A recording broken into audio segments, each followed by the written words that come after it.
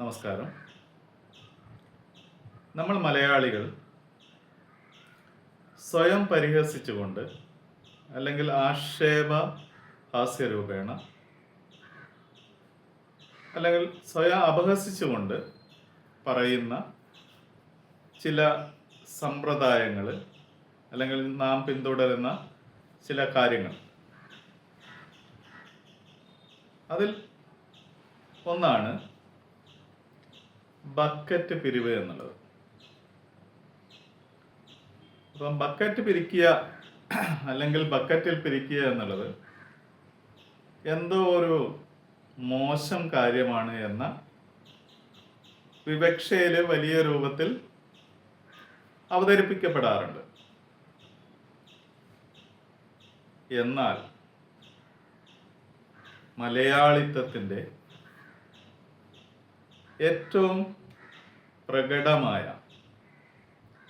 സാമൂഹിക പക്ഷപരമായ ഏറ്റവും വലിയ ഒരു രാഷ്ട്രീയ രൂപകമാണ് ഈ ബക്കറ്റ് പിരിവ് എന്നുള്ളത്. അതിൻ്റെ ആ ഒരു ഡയമെൻഷനെ കുറിച്ച് എത്ര പേർ ചിന്തിച്ചിട്ടുണ്ട് എന്നറിയില്ല. നമുക്കതിൻ്റെ ചില കാര്യങ്ങൾ നോക്കാം. ഇപ്പം ബക്കറ്റ് പിരിവിനാൽ ചരിക്കുന്ന ഒരു രാഷ്ട്രീയ പാർട്ടി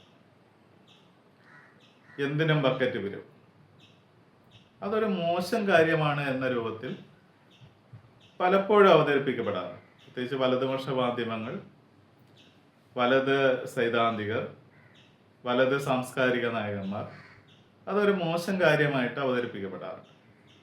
എന്നാൽ സത്യത്തിൽ ബക്കറ്റ് പിരിവിനാൽ ചരിക്കുന്ന ഒരു രാഷ്ട്രീയ പാർട്ടി എന്ന് പറഞ്ഞാൽ അതിൻ്റെ ജനപക്ഷ ഉള്ളടക്കം എത്രമാത്രം ശക്തമാണ് എന്ന് നോക്കും. ആ പാർട്ടിയെ ചലിപ്പിക്കുന്നത് ഏതെങ്കിലും മുതലാളിത്ത രൂപകമല്ല, ഏതെങ്കിലും കോർപ്പറേറ്റ് സ്ഥാപനങ്ങളല്ല, ഏതെങ്കിലും കോർപ്പറേറ്റ് ഫണ്ടിങ് അല്ല, മറിച്ച് അതിൻ്റെ പ്രവർത്തന മൂലധനം കണ്ടെത്തുന്നത് എന്താണ്? സാമാന്യ ജനത്തിൻ്റെ അടുത്ത് നിന്നാണ്, ഏറ്റവും അടിസ്ഥാന വർഗത്തിൻ്റെ അടുത്ത് നിന്നാണ്. അപ്പോൾ സ്വാഭാവികമായിട്ട് അത്തരം ഒരു പ്രസ്ഥാനം ചരിക്കുക ജനപക്ഷ രാഷ്ട്രീയ ഉള്ളടക്കത്തോടു കൂടിയായിരിക്കും. അല്ലെങ്കിൽ അതിൻ്റെ പ്രത്യയശാസ്ത്രം എന്ന് പറഞ്ഞാൽ, അത്തരം രാഷ്ട്രീയ രൂപകത്തിൻ്റെ പ്രത്യയശാസ്ത്രം എന്ന് പറഞ്ഞാൽ ജനപക്ഷ രാഷ്ട്രീയമായിരിക്കും, അല്ലേ? അപ്പം നമുക്ക് ഒരുപാട് മുതലാളിത്ത പാർട്ടികളെ പരിചയമുണ്ട്. ആ പാർട്ടികൾക്കെല്ലാം വലിയ രൂപത്തിലുള്ള സ്വദേശ വിദേശ കുത്തകകളിൽ നിന്നെല്ലാം വലിയ രൂപത്തിലുള്ള ഫണ്ട് കിട്ടുന്നുണ്ട്. അപ്പം അത്തരം കോർപ്പറേറ്റ് സ്ഥാപനങ്ങൾ ഇത്തരം പാർട്ടികൾക്ക് എന്തിനാണ് ഫണ്ട് നൽകുന്നത്? സ്വാഭാവികം അവരുടെ കോർപ്പറേറ്റ് താല്പര്യങ്ങൾ നിർവഹിക്കാൻ വേണ്ടിയിട്ടാണ്. ഇത് വളരെ പ്രകടമായിട്ടുള്ള വിസിബിൾ ആയിട്ടുള്ള യുക്തിയാണ്. ആ യുക്തിയെ മറന്നുകൊണ്ടാണ് പലപ്പോഴും നമ്മുടെ ബക്കറ്റ് പിരിവിനെ പരിഹസിക്കുന്നത്, അല്ലെ ബക്കറ്റ് പിരിവിനാൽ ചരിക്കപ്പെടുന്ന രാഷ്ട്രീയ പാർട്ടി എന്ന രൂപത്തിൽ സത്യത്തിൽ നമ്മൾ നമ്മളെ തന്നെയാണ് പരിഹസിക്കുന്നത്.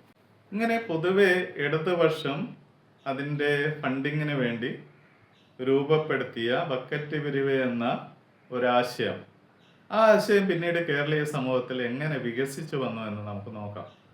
ചില ഉദാഹരണങ്ങൾ മാത്രമാണ് എടുത്ത് ഞാൻ അതിനെ വിശദീകരിക്കാൻ ശ്രമിക്കുന്നത്. അതിൽ ഏറ്റവും പ്രധാനപ്പെട്ടതാണ് 2018 പ്രളയം എന്നുള്ളത്. 2018 പ്രളയം, ആ പ്രളയകാലത്ത് സർവ്വതും മുങ്ങി സകല നാശനഷ്ടങ്ങളും നേരിട്ട് നമുക്ക് ഇനി എങ്ങനെ മുന്നോട്ട് പോകാൻ കഴിയുമെന്ന ഒരു ചിന്തയുള്ള കാലത്ത് ലോകമെമ്പാടുമുള്ള മലയാളി സമൂഹം അല്ലെങ്കിൽ മാനവീയതയോട് ഒട്ടി നിൽക്കുന്ന മനുഷ്യ സമൂഹം എന്താണ് ചെയ്തത്? പണം പിരിക്കുകയാണ് ചെയ്തത്. അല്ലെങ്കിൽ അവർക്കാവുന്ന സാമ്പത്തിക സഹായമായിട്ട് അത് വസ്തുക്കളായിട്ട് അത് കളക്ട് ചെയ്തുകൊണ്ട് എന്ത് ചെയ്യുകയാണ്? നമുക്ക് എത്തിച്ചേരുകയാണ് ചെയ്തത്.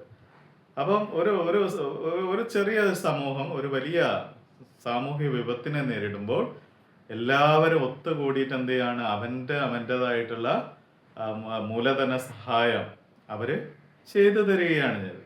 അപ്പോൾ ഇതെന്താണ്? നമ്മൾ നേരത്തെ പറഞ്ഞ ഇടതുപക്ഷം കേരളീയ സമൂഹത്തിൽ വികസിപ്പിച്ച ബക്കറ്റ് പിരിവ് എന്നുള്ള ഒരു പ്രത്യയശാസ്ത്ര ടൂളിൻ്റെ മറ്റൊരു പരിപ്രേക്ഷ്യമാണ്. ഇന്ന് നമ്മളൊന്ന് ആലോചിച്ച് നോക്കൂ. ഒരു രോഗിക്ക്, നിർധനനായ രോഗിക്ക് പിന്നീടുണ്ടായ ഒരുപാട് പ്രകൃതി ദുരന്തങ്ങൾക്ക് അത് പരിഹരിക്കാൻ, പ്രത്യേകിച്ച് വയനാടൊക്കെ കഴിഞ്ഞ വർഷമൊക്കെ ഉണ്ടായിട്ടുള്ള ലാൻഡ് സ്ലൈഡായിട്ട് ബന്ധപ്പെട്ടുള്ള കാര്യങ്ങൾക്ക് നമ്മൾ എന്താണ് ചെയ്തത്?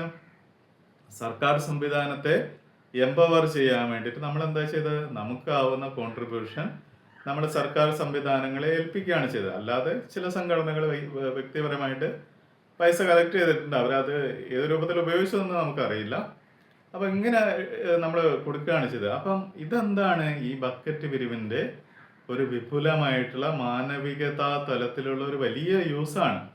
അപ്പം ബക്കറ്റ് പിരിവ് എന്നുള്ള പൊതുവെ ഒരു ഇടതുപക്ഷ പരിപ്രേക്ഷ്യത്തിൽ വികസിച്ചു വന്ന ധനശേഖരണ മാർഗം പിന്നീട് കേരളത്തിൻ്റെ മൊത്തം ജനതയുടെ പ്രശ്നപരിഹാര, സാമ്പത്തിക പ്രശ്ന അല്ലെ സാമൂഹിക പ്രശ്നപരിഹാരമായി മാറി എന്നുള്ളത് നമ്മൾ ഇന്ന് ആലോചിച്ച് നോക്കുമ്പോൾ അത് വളരെ അത്ഭുതകരമായിട്ട് കാണാൻ കഴിയും. മാത്രമല്ല മലയാളിയുടെ ഐക്യം, ലോകമെമ്പാടുമുള്ള മലയാളിയുടെ ഐക്യം എങ്ങനെയാണ് ഇതിലൂടെ ഊട്ടിയുറപ്പിക്കപ്പെടുന്നത്? അല്ലെങ്കിൽ ഇന്ന് മലയാളി ലോകത്തിൻ്റെ ഏത് കോണിലേക്കും ട്രാവൽ ചെയ്യുന്ന സമയത്ത് മറ്റൊരു മലയാളിയുമായിട്ട് എങ്ങനെയാണ് ഇഴുകിച്ചേരുന്നത്? അല്ലെ മറ്റൊരു മലയാളി സ്വദേശത്തു നിന്ന് വരുന്ന മലയാളി എങ്ങനെയാണ് ചേർത്ത് പിടിക്കുന്നത്? ഇതെല്ലാം തന്നെ ഈ ബക്കറ്റ് പിരിവിൻ്റെ രാഷ്ട്രീയത്തിൽ നിന്ന് വികസിച്ച് വന്ന മാനവികതാ ബോധമാണ് എന്ന് നമുക്ക് കാണാൻ കഴിയും. ഓക്കെ, നന്ദി.